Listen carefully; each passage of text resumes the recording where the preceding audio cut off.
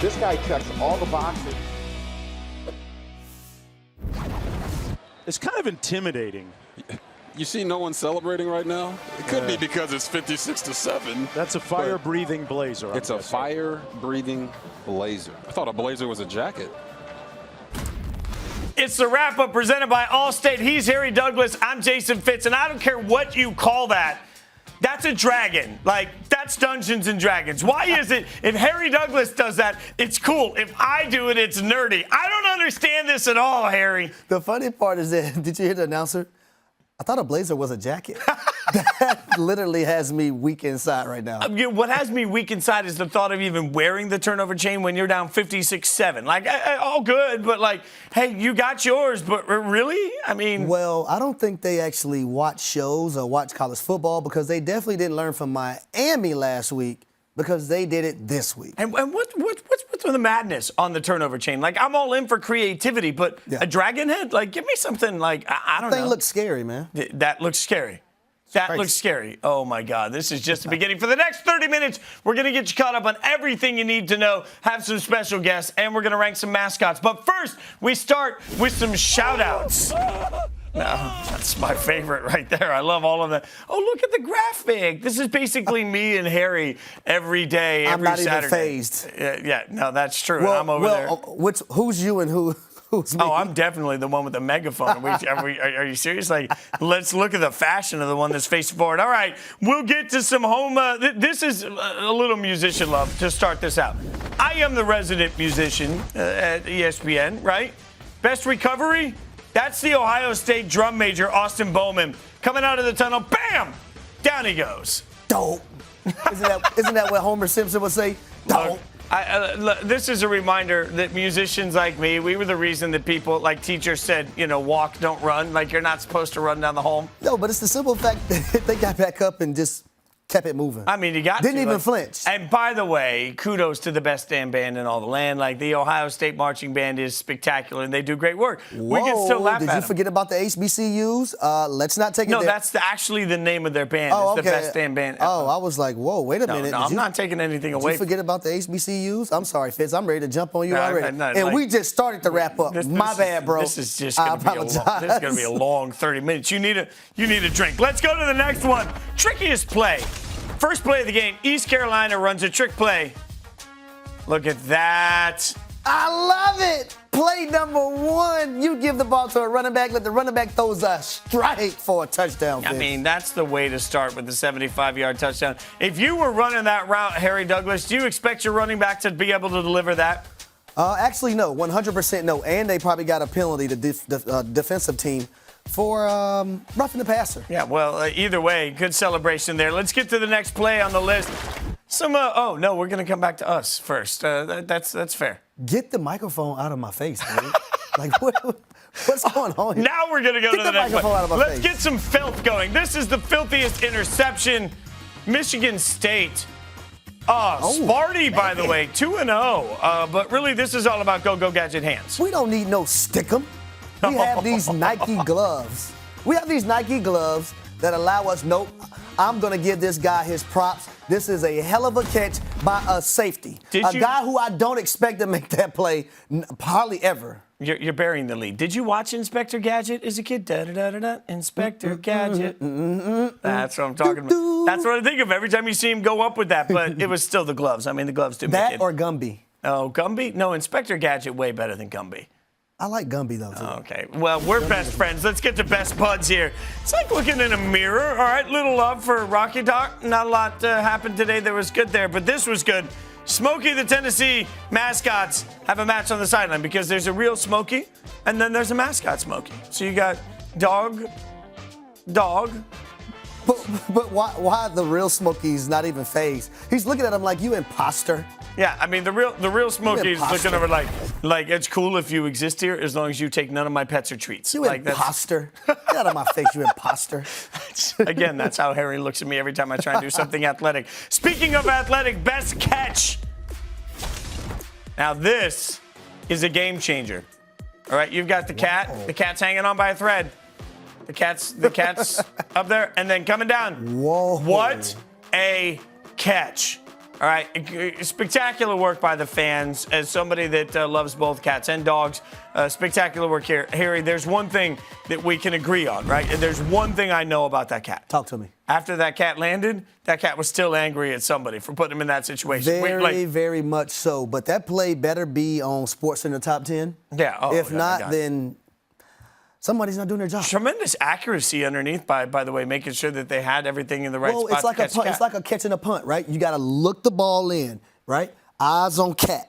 That's a lot. Eyes on cat. That's a lot of pressure. We don't know if the cat's got claws, Fitz, not claws. You're going to get care. hit on the way down. Eyes on cat. Eyes on cat. Let's get eyes on the next play here. We got best enforcer. The Oregon strength coach not about to let his team get a penalty late in the fourth. Look at this. He comes over. Oh, you hater. Look at that. Oh, he's jumping around. You always know the strength coach, too, because, like, he's filling out his medium. Like, you know that shirt's just a little tight. Oh. Nothing jiggles when he bounces. Oh, you hated on those guys, man. You let them live their moment. Wow. You let them live their moment. Usually I'm not a fan of players costing their team yardage and penalties, but that's a big game. That's a big game. You let those young cats live their moment, man. So to recap, we faulted a player in the beginning for having a turnover chain, and now the coach is supposed to let the players live their moment? Yeah, live your moment. All right, speaking of living your moment, Tennessee, they got a little up in their moment. Maybe it was the WWE tryout. Jeremy Banks decides that he's going to go full WWE, suplexes him. Just a dumb play. If we had a bonehead play of the year or play of the week, this most definitely will be it. Because right after this play, Pittsburgh ran a trick play, a double pass, and scored on a touchdown that gave them momentum to go win this game by how many points? Yeah, there's 7. 7 points. Oh, look at that. See, every action has a consequence. All right, moving on. We got the strangest touchdown. Tulane up 59-14. Field goal attempt blocked. They jump on the live ball in the end zone. Look at that. Field goal attempt blocked, and it turns in to a touchdown. Okay, so bonehead play of the week number 2 goes to this defender. Every special team coach preaches when that ball goes past the line of scrimmage, do not touch that football. But obviously you have guys like that don't want to listen. So come on, son. Come sit right here by me because you'll never go back in the game. Come sit right here by me, son. Come sit right here. Do you know what the final score of the game was? What was the final score? 69-20. All right, moving right along. Worst flex. UAB's Keandre Swoops scores a 60-yard pick six against Georgia. This is what we open the show with. He's rumbling, stumbling, swiggity swooty. He's going for that booty. Did he just shush the crowd? No, he didn't just shush the crowd. He shushed the crowd, and then he pulled out a dragon. This is 10-sided die stuff. I mean, this is straight Dungeons and Dragons. Down by 49. I don't know if these young cats are watching the same game that everyone else is watching, but if you're down by 49, I wouldn't shush the crowd, nor would I bring out that dang on whatever that thing is. I'm still going to go back to a group of football players sit down and say, let's get a dragon skull. Everybody says, cool idea. The marching band says, let's get a dragon skull. Everybody says, wow. All right, moving on. Strongest leg. Who would have thought it would come from a quarterback? That's why you're watching the show. We're cluing you in on this. Kyle Van Treese from Buffalo decides what's better than throwing the ball? How about punting the ball? And he punts it 81 yards. How about his special teams guys failing him and not downing it inside the 5? How about those wide receivers loafing on that play, not getting down there? So we're going to give them you know what? This is called a wrap-up, right? We're going to wrap everybody up tonight. Because if they're not doing what they're supposed to do, we're going to wrap them up. Yeah, that is a fair point. By the way, we're going to wrap them all up tonight. Who knew? Maybe he's got a future in the NFL, just not as a quarterback, likely as a punter. I would have to agree with you 100%. Let's get to the best effort. This is the play everybody's going to be seeing all week. Georgia Tech's Jordan Dominic deflects the pass, picks it up, stiff arms the quarterback. Now he's rumbling. I don't play with kids. I don't even play my radio. Move, little boy. And he says to his teammate, you shall be my human shield. That is how you do it. Like he said no to the pitch, picks it up off the ground. It's the simple fact here that the big man got the strip, got it, and knew what to do with it, but knew how to stiff arm, but knew how to push his teammate into another defender. Well, offensive player trying to play defender, for a touchdown. I mean, that is just smart. That's a heads-up play right there that says, I must have this touchdown. I need it. I need it. Have you ever shoved a teammate to use them as a human shield to help you score? I don't know. I done shoved a lot of people in my day. I'm not, but we're not even going to talk about how many places I've been kicked out of in my life. Well, that's probably fair. In the meantime, let's keep talking about the play, but this time we'll bring in some expertise.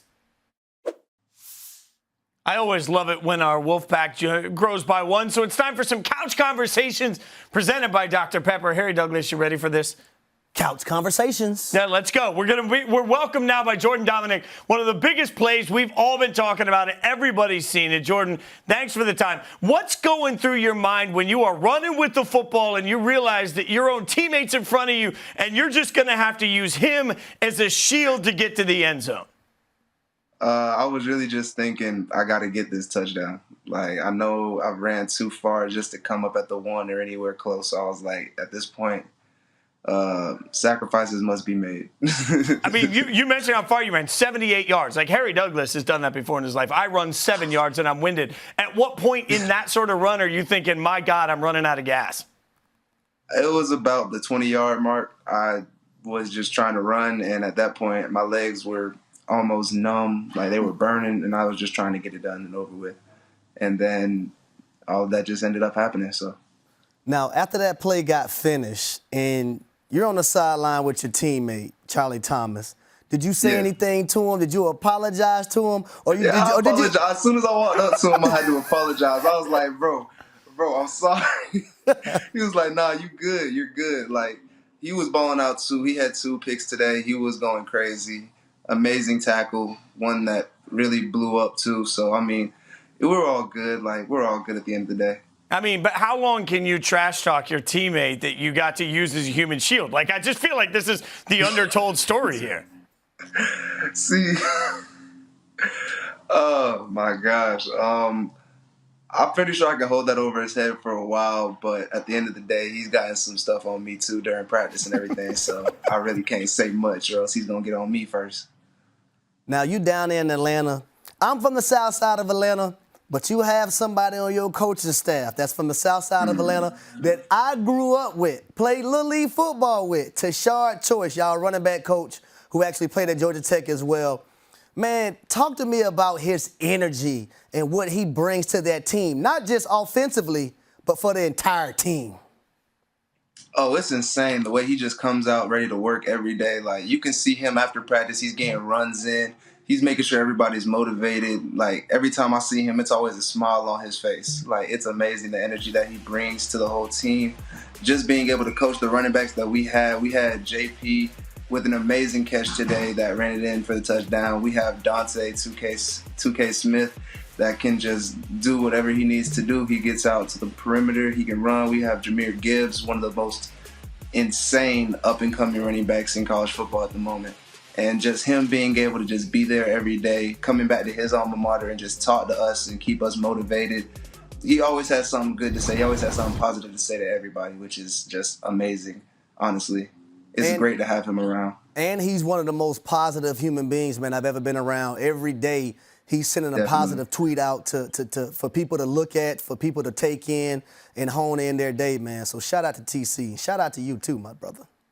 So appreciate you. Thank you. I love this. We were just showing the highlight where you on the sideline wrote your Twitter handle, which turned out to come in handy because Lamar Jackson's tweeting. You're like, what was the best tweet that you got after the game? Definitely that Lamar Jackson one. Just reading him, even if it was just like making fun of something, this man really quoted a play of me. And like, that's just a huge thing, just even at the college level, to be quoted by somebody as great as Lamar Jackson, MVP in the NFL, possibly could be a Super Bowl champion soon. I mean, you never know, but it made me feel great just being able to just go onto my phone and just see somebody of that status for real, just showing me recognition. Like, that just makes me want to work even harder. Now, after such a great performance, y'all beating Kennesaw State today, you got to wind down. So I want to know, man, how do you wind down after such a big win? Now, do you go eat you some chicken wings? Because chicken wings big in Atlanta now. Yeah, I actually hit JJ's little you see what place I'm saying? down. That place is great, but usually when I come home, I just sit at home, watch anime, play video games, hang out with some of my teammates, everything like that. We just have some fun with it. I don't really go out, do too much. I just like having fun sitting at home. All right, so D linemen don't score a lot of touchdowns. I got to know. When you're thinking about this moment, like, do you have like a dance or a celebration you've been practicing? Is like there is something, are you cooking up something usually that you know you're going to be able to go to? Here's the funny thing about it. The camera cut off, but I actually Naruto ran all the way from the touchdown to the sideline. And I would hate that they missed that part because that was supposed to be like the signature or anything like that. And then afterwards, I'd really shoot, like throw some dice, roll some dice. That's my main signature. I had a couple other things that I'm trying to work in as a celebration, but it's coming along. So I couldn't use it today, so I'm about to be able to use it some other week. Now, before the game, athletes, they known to have a pre-game ritual. What's one thing that you have to do every week before you play a football game? Every week, I have to listen to YNW Melly Blue Balenciagas. That's my song. That's the one that just gets me in the mode, that just gets me hyped. And then every week I like to walk out onto the field right off the bus and just hop on the little bike for about 5-10 minutes and then stretch on the sideline just to get a feel for the game, just to get a feel of how hot it is outside, the weather, just the atmosphere of everything. And that's my main thing. Now, I got another question now. Do y'all still work out? Y'all still pump that iron before the game, man? Y'all still, you know what I mean? Y'all still do the curls for the girls, you know what I mean? Y'all get that in before the game? Of course. That man, Coach Lou, great coach, great strength coach, and Coach Collins, they both brought it over from Temple. So just having that girth beach on the sideline right before every game, I'll go over there, get stretched out by Coach, and then just work out a little bit sometimes, you know, if I'm feeling it that day. If I feel like looking a little girthy, you know, just extra strong, just I just have a little bit of fun. Look, as the 5'9", 160-pound guy in the room, like, I'm never going to understand this. Like, I do lunges and, like, I can't walk for a day. I don't know how y'all, like, lift and then go play, like, an actual football. I admit my lack of athleticism. So, true story. Before every game, man, I used to have my little band in the room. Before I got to the stadium, I used to get my little curls in so my arms could look a little big in my jersey. Okay, now let's be real. I spent a lot of my life on stage and music. I'm just going to be honest with you. Every one of the acts that you like does the same exact thing. Like, we're all sitting there right before you, like, oh, I want to get this pump. It doesn't make any difference. I'm just saying for us. It does for you, man. We really appreciate your time. I feel like it makes a bit of a difference. Me too. You know, it's just It does. You know, like, just get those little veins popping, make it look good. You know, once the camera looks like you look a little extra beefy. Look, in the arms right before the game, it looks good. I mean, Harry Douglas had a hell of a career. You're going to have a hell of a career and had a hell of a day. So I really can't dispute either of you, man. We appreciate your time. Best of luck this season. Fun to watch you today. Can't wait to watch you kick butt the rest of the year. Appreciate y'all. Thank you for having me. All right, we keep the action going, getting you caught up on Texas, Arkansas. Beautiful beginning to this game. We jump to the second quarter. Dominic Johnson rumbles, bumbles, stumbles into the end zone. This is going to be a theme. For 6 points, Arkansas scores first. They get the first touchdown. They go up 10-0 early in this game. Third quarter, Texas needs a spark. KJ Jefferson with the errant pass. BJ Foster with the pick. What a play. You talk about athleticism, man. Good field position, down 16-0. Maybe they can make something happen over there. A few plays later, in fact, they try with Bijan Robinson. Finally puts Texas on the board with a 1-yard punch-in. Texas cuts into the lead. So at this point, maybe Texas is coming back. Later in the third, they're still trying to claw back. Hudson Card rolls out, loses the ball here. So any chance of momentum, Harry, what happened? That defensive player did exactly what his coach coached him to do. Don't go for the sack, go for the strip fumble. Yeah, well, it worked out for them, and then Arkansas obviously prepared to take advantage of it. The very next play, Sanders takes a handoff. He gone. He's like, you know what sounds fun? What sounds fun to me is scoring. I want to get in the end zone. Physical game for Arkansas. All of a sudden, with that 26-yard touchdown, it's ugly. It's 33-7. A.J. Green says, I want in on the fun. You get a touchdown, you get a touchdown, and you get a touchdown. Arkansas balloons its lead. They go on to beat Texas 40-21. They improved to 2-0 on the season. Texas is not back. Well, all I have to say is welcome to the SEC Texas. I mean, you want to stick your hand in some water? You got some water. Look at crying Jordan. Just make sure that water not hot. Oh, good Lord. Welcome to the SEC, Texas. That was well done by by whoever put that picture together. That was great work. And you're right. I mean, there's going to be all sorts of conversation about who Texas can be in the SEC. What we know is Texas is going to be rich in the SEC because, as been pointed out several times today, they're going to make that money. Doesn't mean they're going to win games. Now, we can also say that when you come on our show at this point, you're undefeated the week after because Arkansas repped last week, and now Arkansas 1-0. So we'll see. Well, who told you about this game? Yeah, I'm not going to let you skip over that part. Tell the people, talk to the people. Okay, so if you watch our digital content throughout the course of the day on Countdown to Game Day, the great show that you can check out before game day early in the morning, Christine Williamson and Harry Lyles, they host that show early, and we're in a pick contest, right? So every week we're taking an upset. I am 2-0, by the way. We didn't ask you about that. I picked it right. Who told you about this week? Harry picked this game, and now because it had a bigger point spread, he's going to be in first place. The whole game is flawed. I object to the entirety of the game as it's presented because you don't lose points. So anyway, what we do know is that Arkansas, look, this matches what we thought last week, right? Arkansas's defense is playing lights out. Arkansas has implemented sort of a different, it takes a second for culture to come into the building. It's there now. And I tell you, I love the job that Sam Pittman is doing. I love what Barry Odom has done with this defense. And listen, when it came to the offensive side of the ball for Arkansas, well, offensively and defensively, it wasn't no let me trick my opponent, let me see how I can fool them. It was bam! What was it? One more time? Bam! I just need one. I'm going to punch you right in your mouth, and I'm going to let you know who the more physical team is. We're going to welcome you into the SEC the way you should be welcome. You still our little brother. We don't care that you're Texas and you have all this money. We're going to treat you like the team that you are coming into the SEC. You have to prove things in this league. We're just not going to crown you because you're Texas. You have to earn everything you want in this league. Can you give me one more? Boom! All right, now let's get to a celebration moment. Always fun to have some celebrations. Brought to you by Allstate.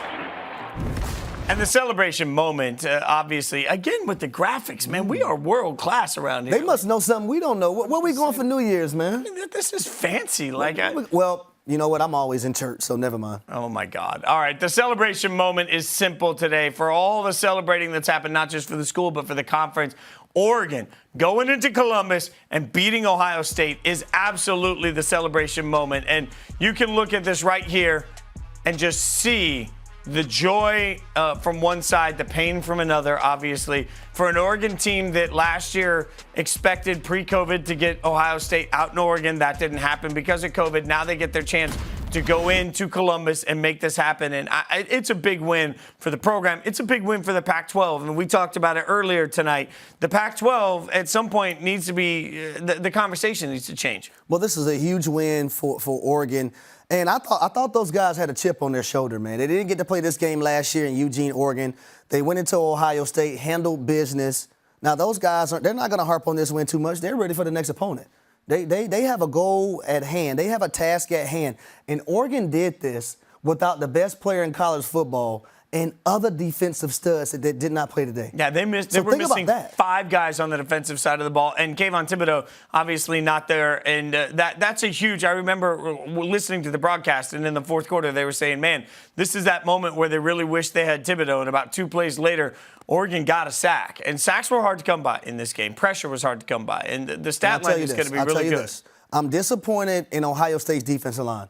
Because remember I said last week, for Ohio State defensively, for those guys to even have an opportunity or a chance to be a good unit, they had to pick up the slack of what's lacking in the linebacker and secondary, right? They had to be great week in and week out. They got pushed around today. They got bullied by the Oregon offensive line. For the second straight week. Remember, second week in a row. Minnesota did it to them, and we excused it, saying, it's Minnesota. They have tough concepts to run against. Nope, Oregon just went in and out-physicaled them. That is our celebration moment. Now, you know that we like to rank things around here, and what's better to rank than people in costumes. It's time to rank some mascots. Harry Douglas, you ready for this? It's not even Halloween, but we're about to rank some costumes. It's close enough. I've got the mannequins up in my house. That's another conversation for another day. All right, let's start with some honorable mention. And the honorable mention comes all over my house. from the Delta State Fighting Okra. You and I both have some southern roots. You like some okra, right? Yes, I do. Fried look at okra. that. I don't really care how it's made. Oh, my goodness. Oh, he's ready to fight. I don't know how I feel about, would you actually fight an okra? Oh, he looks angry, too. Scary nose on that thing also, by the way. Get him with a little quick left. This is an aggressive and sneaky okra. It's like the Michael Myers of mascots. She just kind of pops up on you. He caught them all slipping with the little left. Boom. All right, so let's rank the rest of these, and we'll get into some that you may be more familiar with. At number 4, why don't we go ahead and throw in a little bit of duck action? I'm scared. I say we get the Oregon duck in at number 4. I'm scared. Why are you scared? How can you be scared of a stuffed duck? Because it reminds me of Howard the Duck when I was a kid. And I was scared of Howard the Duck as a kid. That's a fair point. Look, I mean, it's just a scary duck, too, by the way. He gets it done. There's an intimidation factor to him. And plus, Oregon deserves a little love after what they accomplished today. Hey, he never skips weights. And by the way, Howard the Duck. I can tell by his physique. He also definitely lunges because the backside is it's fire on him. All right, let's move on. Now that I've made the whole country uncomfortable, we'll move on with some love here. Penn State getting in. Nittany Lion, and this is all about the sweet, sweet moves. I mean, let's just be real about this. We have one here. I like this one. I mean, it's not the most intimidating lion costume. I'll give you that, but it is intimidating when you see Hello, swag. Got a little. Not easy to do in that outfit either, by the way. Out there giving a little bit of fun on the sideline. Oh, look at that. You can't stop the moves. Ain't no doubt about it. And limber. Very, very, very Ain't limber. no doubt about it. All right, can we move on, or are you going to keep doing that? All right, next up on the list from the Nittany Lion, let's go to an actual lion, tiger. Mike the Tiger, LSU. And this is simple for me. This is an actual tiger. An actual tiger should be at the top of the list. This is, by the way, countdown to game day. I got to hang out with Mike the Tiger and maybe feed him a little food, do all that stuff.